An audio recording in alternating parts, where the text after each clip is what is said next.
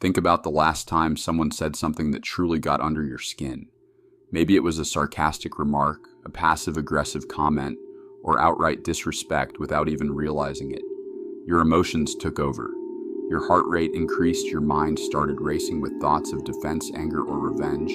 You reacted, and in that moment, whether you knew it or not, you handed your power over to someone else. Now consider this.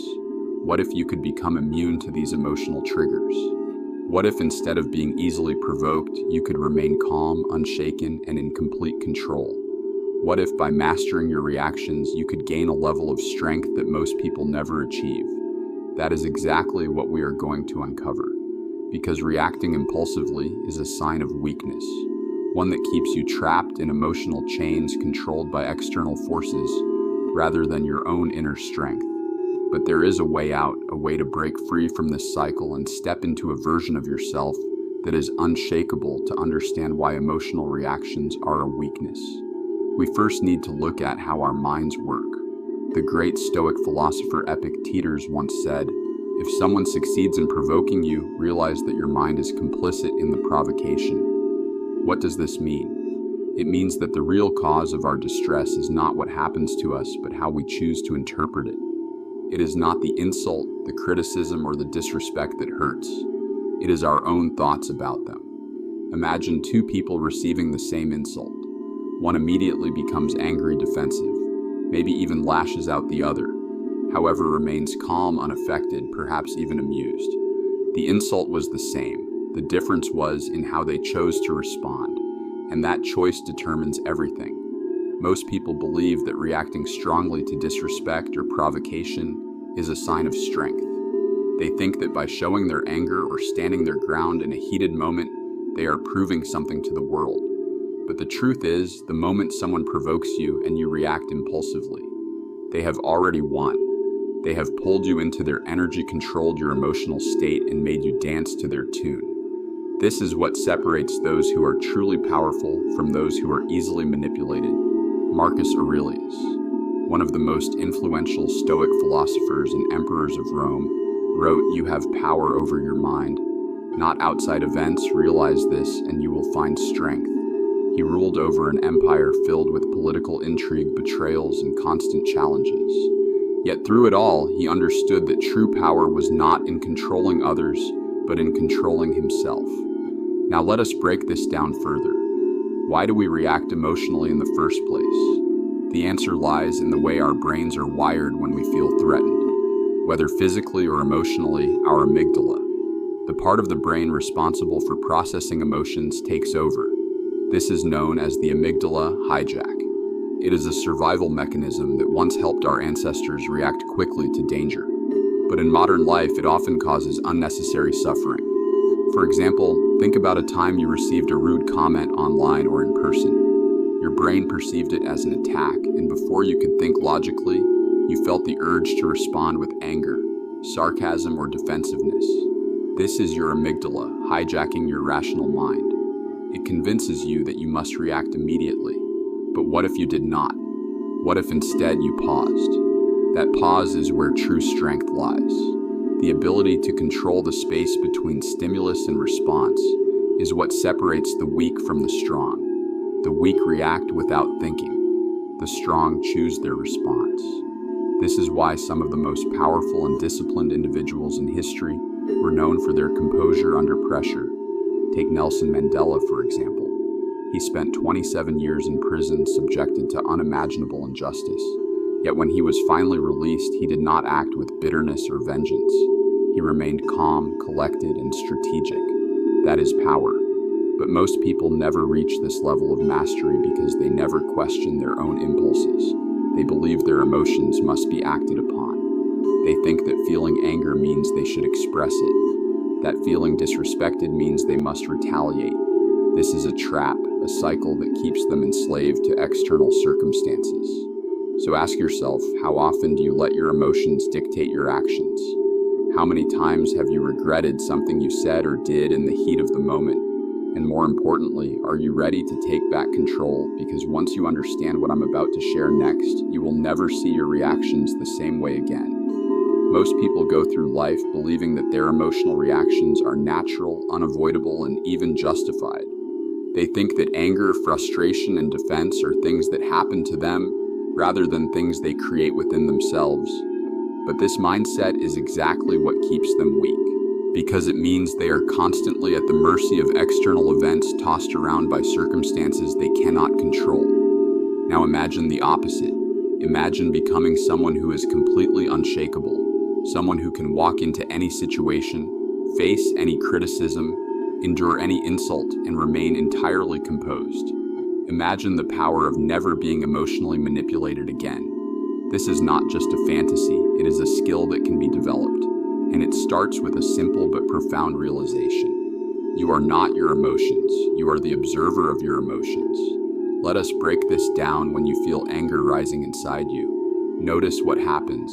Your body tenses, your breathing changes, and your thoughts start racing. But if you pause for just a moment, you will realize that you are not the anger itself, you are simply experiencing it. And anything you can observe, you can control. This idea is deeply rooted in ancient philosophy.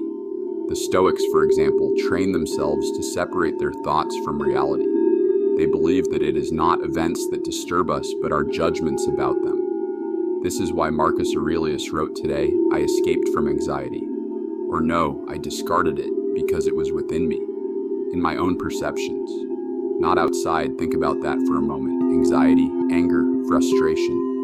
These are not things imposed on you by the world. They exist inside your own mind. And if they exist there, then you have the power to change them. But how do you do this in real life? How do you train yourself to stop reacting impulsively?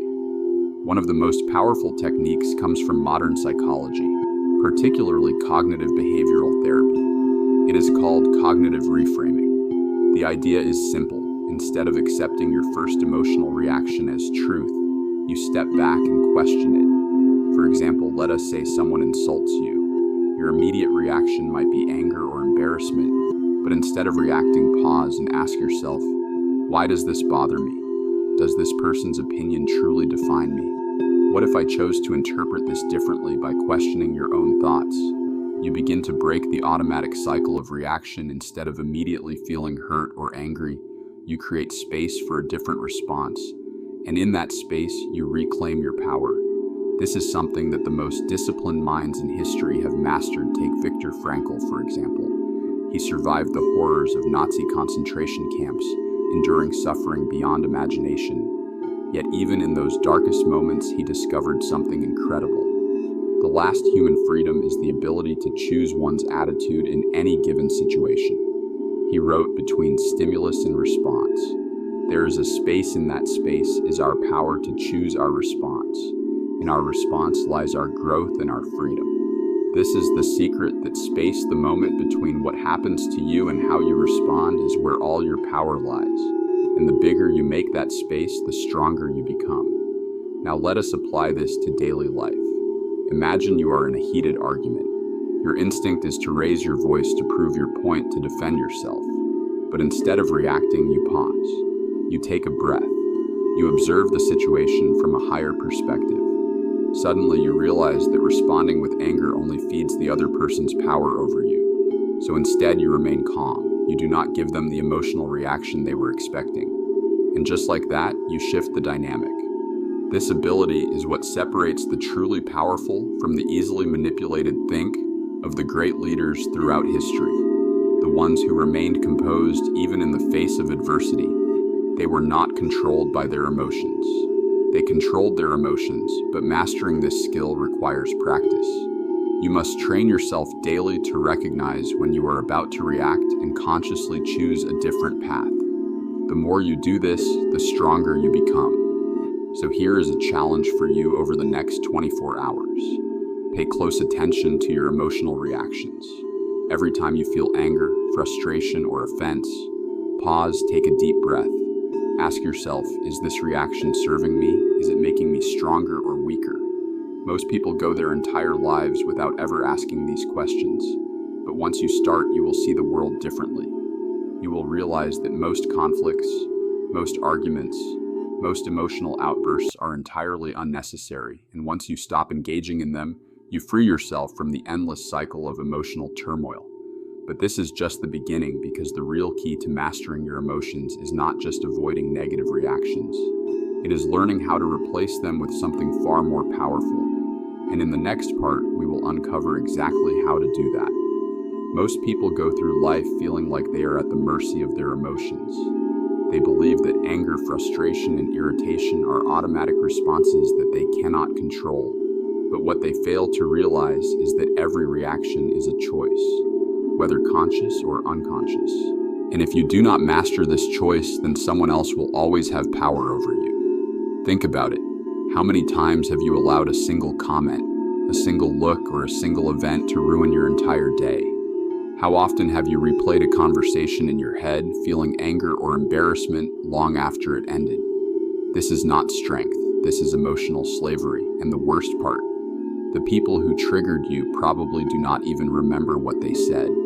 True power is not found in reacting. It is found in remaining unmoved. It is in becoming the kind of person who cannot be easily provoked, manipulated, or controlled. But how do you get there? How do you train yourself to master your emotions so completely that nothing external can shake you? One of the most effective methods comes from ancient Stoicism. The Stoics had a practice called premeditatio malorum, which means the premeditation of evils.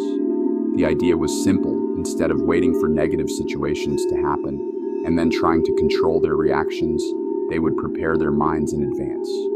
For example, they would imagine themselves being insulted, criticized, or even facing loss. But instead of reacting emotionally, they would visualize themselves remaining calm, unaffected, and in control. By doing this repeatedly, they train their minds to respond with strength instead of weakness when real challenges appeared. Now imagine applying this in your own life. Imagine mentally preparing yourself every morning. Today, I might face disrespect, I might face negativity, but I will not let it control me.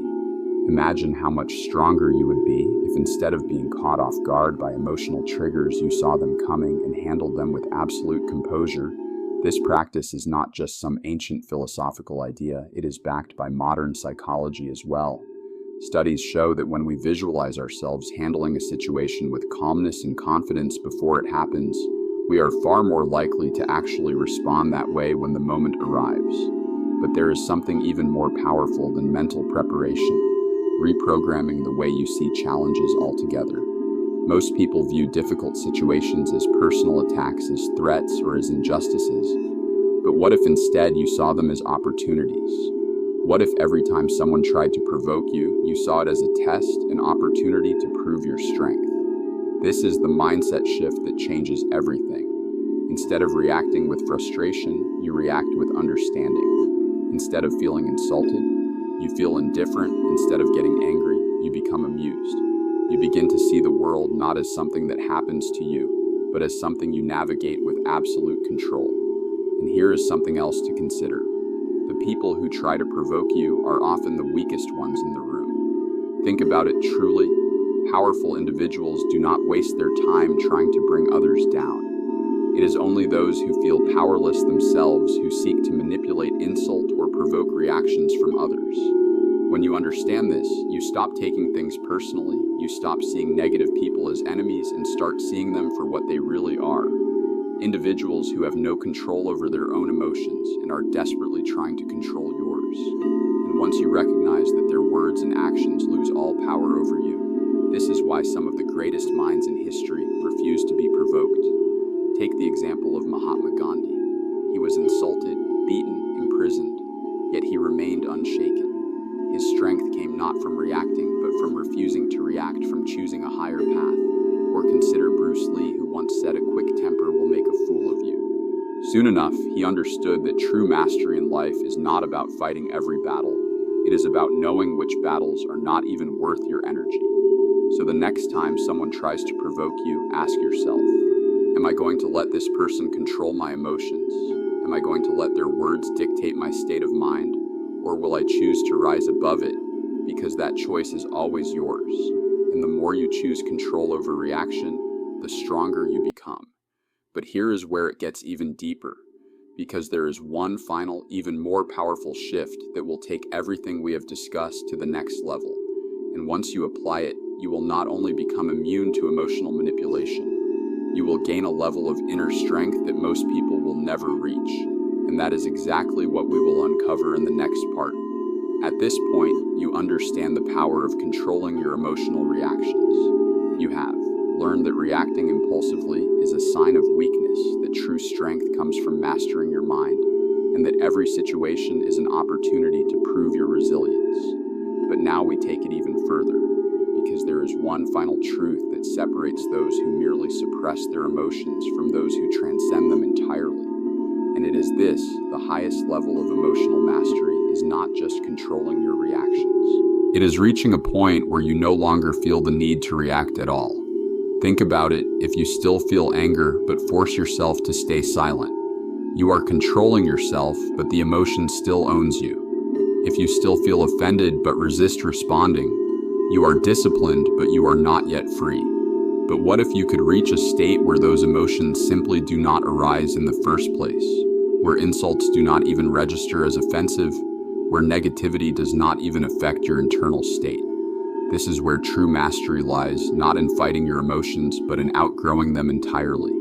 How do you get there? The answer is simple but profound. Detach yourself from your ego.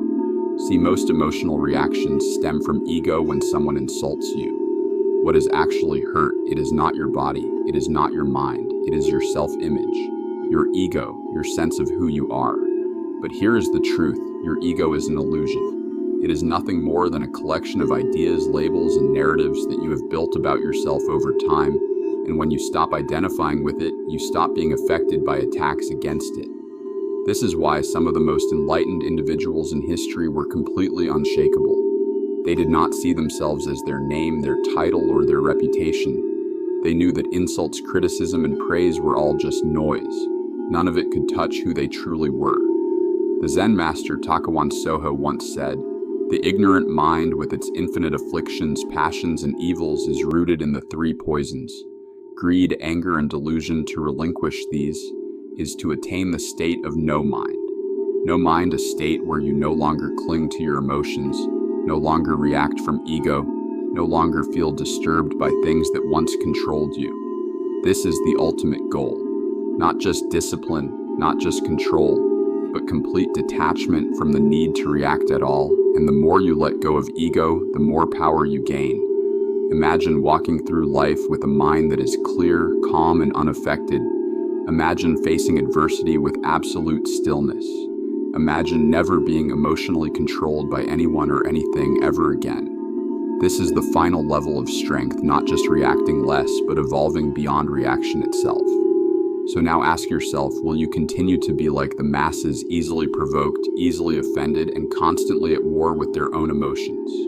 Or will you choose a different path, a path of true power, true mastery, and true freedom? The choice is yours.